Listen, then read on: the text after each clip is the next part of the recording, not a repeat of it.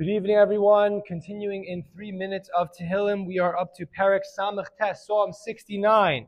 Lam Natseach al Shoshanim LeDavid. What are the events that this particular Mizmor is talking about? So it seems that there's a crisis, there's a tragedy, and David HaMelech is calling out to Hashem. But what that tragedy is debated by the Mefarshim. One of the explanations is the Al-Shich. The Al-Shich says that this Perek is talking generally about the Churban, but specifically the Churban Bayis Rishon, the destruction of the first temple at the hands of the Babylonians. And possibly you could use this next, the Perek is very long, but 37 Sukkim, but one of the Sukkim at the end near the end of the Perek, Pasuk Lamed Aleph, maybe as a support for the Al-Shich. The Pasuk says, Ahalal Hashem Elohim b'shir v'agadleno b'soda, that I shall praise Hashem with song, and I'll make great him with thanksgiving. V'sitev la'Adonai mishor par makrin mafris, and it will be more pleasing to Hashem, this shear, than the bulls or the horns and hooves of an animal. So it seems to be that we're highlighting specifically that we have tefillah, but we don't any longer have a Beis Hamikdash. We don't have any longer the hooves and the horns of the actual karbanos.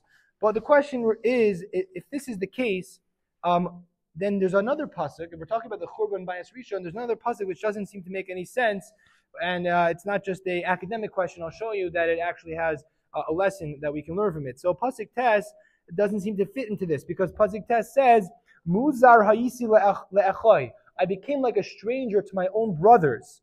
V'nachru l'vnei imni, and I was like a foreigner to my own mother's children. In other words, I didn't have even my own brothers, who I thought were my own kindred or kin, that they have abandoned me. So what are we talking about here? If we're talking about the Gullus, we're talking about our enemies destroying the temple, the Babylonians destroying the temple. So what does this mean? I became like a foreigner to my own brothers. So perhaps the answer is, when we are fighting an enemy, sometimes the greatest tragedy is that causes us to fight with each other.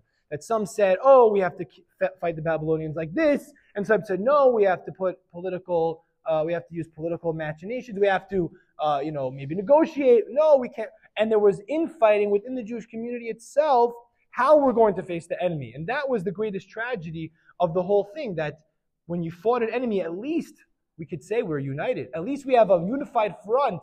No, we couldn't even say that. And that was the greatest tragedy that David HaMelech is highlighting here. I think it's something we could think about today, that as much as we have our shita or our approach, and it's, everyone is their own prime minister, right? This is what Bibi should be doing. This is what if they listen to me, they should do. We could have our own opinions, but we should remember that we need to have a unified front when we're fighting a war, when we're fighting for our lives, when we're fighting for Klal Yisrael, we're fighting for Eretz Yisrael. We have to face the enemy with a unified front.